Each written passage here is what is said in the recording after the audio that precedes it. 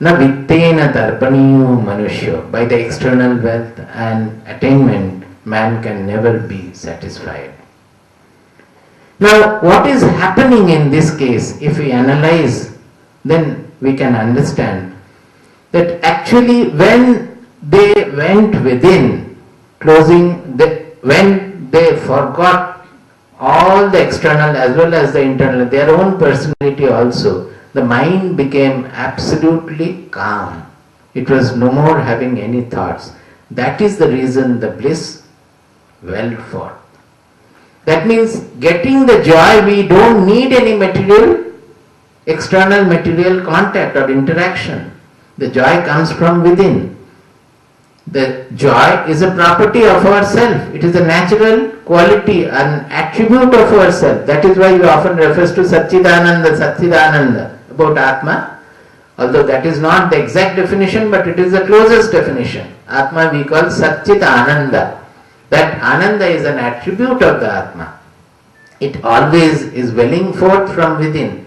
Now in meditation, if we get the joy, then will you again run after the external objects? We will not, because for joy we are doing it. If we sit and if we are joyous, then we will not have, we no more be running around for that. Now what is happening is that they understood that whenever the mind is peaceful and calm, we are experiencing the joy which is a natural attribute of the self. But because our mind is always distracted, always disturbed, we are not able to feel it or perceive it. It is, the simple example is, suppose we have a lake on which the surface is disturbed, ripples are there. Even if the water is very clear, we will not be able to see the bottom because of the ripple. If the ripples subside and the water becomes absolutely stable, then we can see through the water the bottom.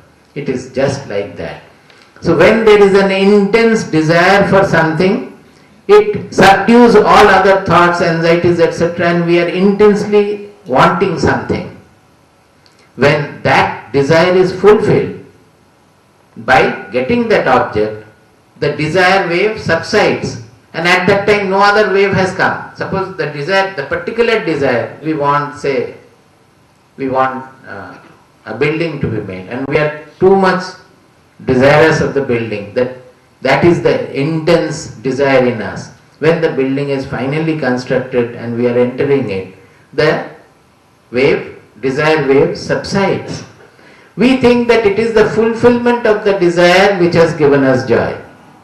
But actually it is the elimination. When the desire is fulfilled, the desire is gone. No more the wave is there. So the mind is peaceful. That is why we are getting the joy. The moment another desire comes in, again the joy is gone. So it is the elimination of the desire that gives us the joy, not the fulfillment of the desire. So if we can eliminate the desire right in the beginning, then should we not always be joyous? That is what our people understood. That this joy as a natural coordinate, we don't have to have joy from any external object at all. You will immediately think that then where will be the motivation for work? That we have discussed enough last 2 days. I don't know whether I will be able to take it up here again, because I have to cover some more things. The motivation is not desire. The whole Bhagavad Gita discusses what should be the motivation. A comprehensive vision of the entire world and a comprehensive vision of our life. With that, we go on working as naturally as the whole nature is working. The flower is blossoming, it does not have any desire. Some flower is blossoming red, some flower is blossoming white, leaves are increasing in number, the tree is growing, the plants are growing, the rivers are flowing down to the sea is getting evaporated, the whole earth is moving around the sun in great speed, some galaxies are getting destroyed, some galaxies are getting born. The kind of activity going on in the universe we cannot even imagine. It's all free of desire, it's an activity in freedom. Like that, a human being also will flower forth. with the additional quality of whatever he has of his self-effort, his selection, I will do this or do that or so, whatever, wherever lies his merits. According to his merits, according to the need of the circumstances, whatever situation is before him, he will go on working. He doesn't need the desire for that. We will, if time permits, we will come back on that again. Now this finding of that the joy is within, they got completely emotionally satisfied. That is emotional fulfillment. Because whatever we do to become happy. And our emotional fulfillment comes when we are happy. So when we find that the joy comes from within, then we are automatically, spontaneously, emotionally fulfilled. So one aspect of our personality gets fulfilled. Our personality has got two internal parts which spirituality deals with. One is the emotional aspect of our being, another is the intelligential aspect of the being. About the body, spirituality doesn't deal with, but it will automatically be looked after also. So the emotional fulfillment comes out of this discovery that I don't have to have any external object to get fulfilled. And that is how there was for certain time perhaps a diversion in the seeker's life, that they took to meditation and samadhi and remained in samadhi for very, very long time. Even now it happens because the meditative state is so joyous, they don't want to leave that joy and come out to the external world. They need further investigation and further knowledge to come out of the world and work also, remaining joyous, remaining happy. That part also we may not be able to deal with today. See, this topic we have given is very vast and how can we deal with in just 1 hour like this? But we will try to do as far as possible. The third discovery is the consciousness as knowledge as the source of the universe. Well, our scientists, the greatest scientists and Nobel laureates like Eddington, Einstein, Niels Bohr, all of them said that the Western science cannot get to the ultimate truth, the ultimate source of the existence. And they all refer to that the consciousness as it is discussed in the Indian scriptures, that must be the ultimate source of the whole universe. That they have referred, but they were not experimental scientists in this region. They were experimental scientists in the outer world, not in the inner world. So they have taken from the scriptures and they have supported that must be true. But our people, they experienced and deduced that this is the truth. That I have already explained, that when you come to the consciousness level, the whole world is only an appearance in the consciousness. So what is the ultimate truth, the source of the world? That is the consciousness alone. We are calling it knowledge because any knowledge we have, it is an appearance in the consciousness. Suppose this paper, truly speaking, this paper is a paper knowledge in our consciousness. I don't know whether I am clear when I say that. If you think a little, you will understand. Whatever I am seeing, this table, truly speaking, this table, finally we are knowing as a knowledge in our consciousness, knowledge in our mind, you can say, if it is easier for you. Everything, whatever we are seeing, even God, it is a concept formed in our consciousness. The chairs, the human beings, whatever we see, actually they are all knowledge. You are never coming within us. Suppose I am seeing you, what is that seeing?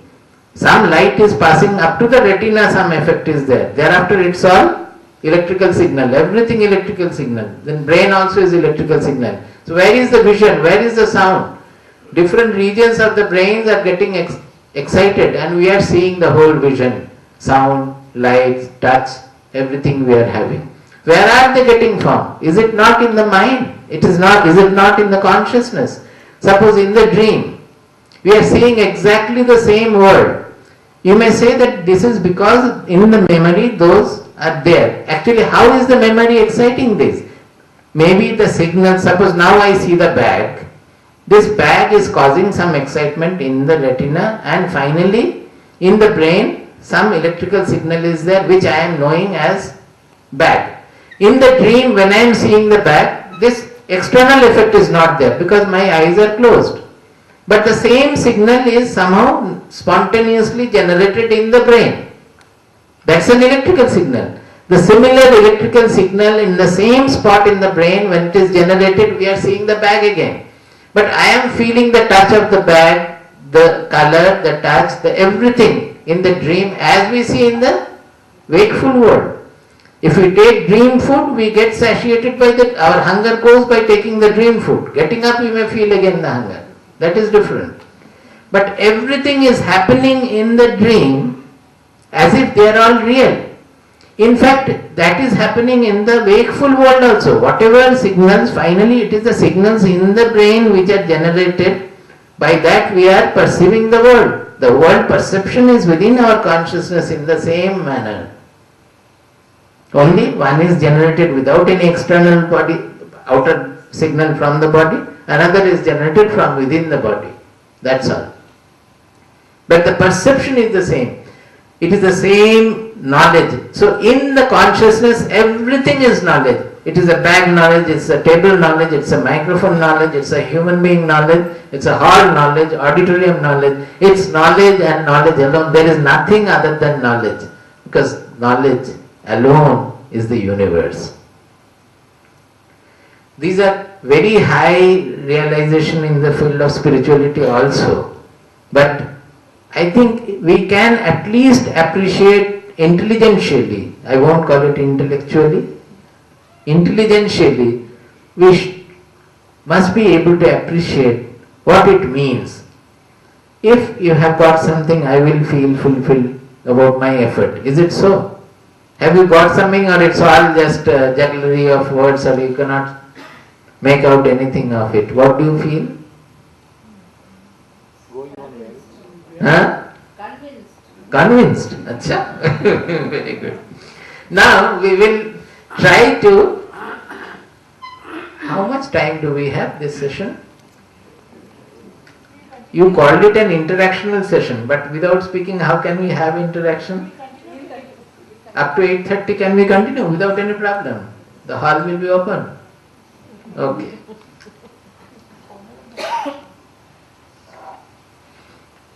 Because I wanted to come down to some practice level and our everyday experiential level, which will be of great value. What are the consequences of this discovery? First of all, this first discovery, as I said, the real identity. When we come to know this consciousness, the real subject, the real identity I, in that manner, we discover that we are immortal, because it is the subject which is perceiving all the changeful things in the world, changes outside as well as changes inside. The external world is always changeful. Any change, to see any change, there should be a substratum which is non-changing. Suppose the clock, the arms are moving over the dial. If the dial also moves with the arm, then we will not know the time at all. The change, even in the train you have found that to see the change, if one is moving, other has to be steady. Without a steady background we cannot see. When we are finding that about our concept, about our personality, in childhood we were not what we are now. The bodily realization will convince us and give us the experience that I, which I am referring to, is never changing. The body changes, the mind changes, the intelligence changes, that the consciousness, the revealer of everything, it never changes. So it is not affected by any change of the body, mind, intelligence, personality. So it becomes the immortal because it is beyond change. So this changelessness, it gives us great confidence. It relieves us from all fear. We become fearless. We feel great freedom because it relieves us of all bondage. We call about moksha, moksha, moksha. And what is moksha? Not to get born again. Where is the question of getting born again? And if when we say that I don't want to get born again, it means that I am not liking this life. Is it not so? If I say that I don't want to get born again, does it not mean that this life I am not liking? We just say, because the words are there, we just say without thinking about it. The real moksha is when we feel that we are not bound, we are not clinging to anything at all, we are free. That is the moksha. The bondage, whatever we are feeling now, what we want to do, we cannot do, what we want to be, we cannot be. Always we are under stress, tension. Get relieved of all those things. We are under the pressure of our desires. When all those things go, practically, truly speaking, when all the desires go, we start feeling the freedom. No more bondage, no more fear of anything. So it gives us great confidence. Now suppose you may say it is all for the sages and sannyasis like you, Swamiji, we will not have the time to do it. You may not do it, but you can do at least certain things. We can have certain practice which will have great benefit in our active life also. People do meditation, and if they can succeed in meditation, they get great benefit. I can tell you, because in my working life, whatever I could do earlier, say, would take 8 hours, I could do it in 4 hours or 3 hours or even less, at least in 4 hours. All of you will be able to do. Because it puts the mind, it takes away all the tension, stress and all, it puts the mind in a very relaxed position. In that relaxation, the right things appear. Whatever to be done. Normally, we are working always under anxiety and tension, and we end up doing many things which need not be done at all. At the end of the day, if you really think, you will find that many things we have done which could have been avoided. Just being anxious or being worried about various things, we have done many more things. What happens is that our mind is set in a very harmonious condition, and we can work with much greater efficiency. I will talk about a little more of this practice, that if we can spend some time watching our thoughts, mark my words, watching our thoughts without getting involved in the thoughts. Normally what is happening? The moment the thought of the factory comes, you are already in the factory. You might be sitting here, but you are already on the floor, workshop floor, and you are directing this, that, because the thought has taken you away there. That means the thought of the factory came, immediately we got involved in it. Or the thought of the son came, immediately we are worried about what my son is doing, has he done this or has he got into an accident, all those things we get in. We are always, the moment the thought comes, we associate our I-ness with the thought and start moving with the thought. That is what I call by getting identified, getting involved with the thought. If we can remain a witness to the thought, great will be the benefit, great will be the discovery. It need not be self-discovery, but that discovery also will be great. My Gurudev Baba had once given me the direction that he used to write very small sentences. One sentence only. I had written to him something. He replied in one sentence that like a dead babul tree standing on the bank of a river, go on witnessing without reacting to anything. Some boats will pass carrying a marriage party. They are singing, dancing, beating the drums. The babul tree, especially it's a dead babul tree where the leaves also will not move.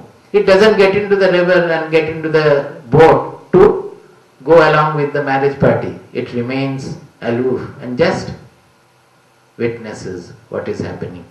Maybe the next moment another boat comes with a dead body. People are crying, wailing. The babul tree does not start crying or getting down with them to go to the smashana. Nothing happens. If we can watch like that dead babul tree, the thoughts coming and subsiding in our mind. One thought will come, subside. Another thought will come, it will subside. But the moment you get involved in the thought, it is gone. You start moving with that. One comes, subsides. One comes, subsides. Then what happens? You attain the witness bhumi, the state of witnessing everything. That is what our self is. The real self, the subject or the soul is. So you may not have the self-realization, but this witnessing our thoughts, the thoughts have not gone. Here the thoughts have not subsided, but you have taken the position of the witness. That itself will take you very close to the self, because self doesn't move by the thoughts, it doesn't get touched by the thoughts. It always remains untainted, unchanging, unmoved. If you can do it, we have so many people we have instructed and they have come out with great results in one day sometimes. If you are successful in doing it, it will be a great result. It will give you such a relaxation. You will understand how we are spoiling our mind with embedded tensions. But it's a relaxation process. If we fight with the thoughts or fight to practice this, then the whole purpose will be lost. Any meditation, any meditative process is a relaxation process. We must keep in mind. If it becomes a fight, then it is better not to meditate. Meditating and trying to have self-realization or God-realization or anything, but ending up as a tired soldier, it is better to avoid such meditation. It has to be a process of relaxation where the mind expands and it just simply becomes light like the space, like the sky, or it becomes zero, either way. So this will change our everyday life. We will discover various things in our mind. We will discover various truths about the world also. The knowledge of truth will dawn. But to know, because it is subjective, as I said, you have to do it to understand that it is so.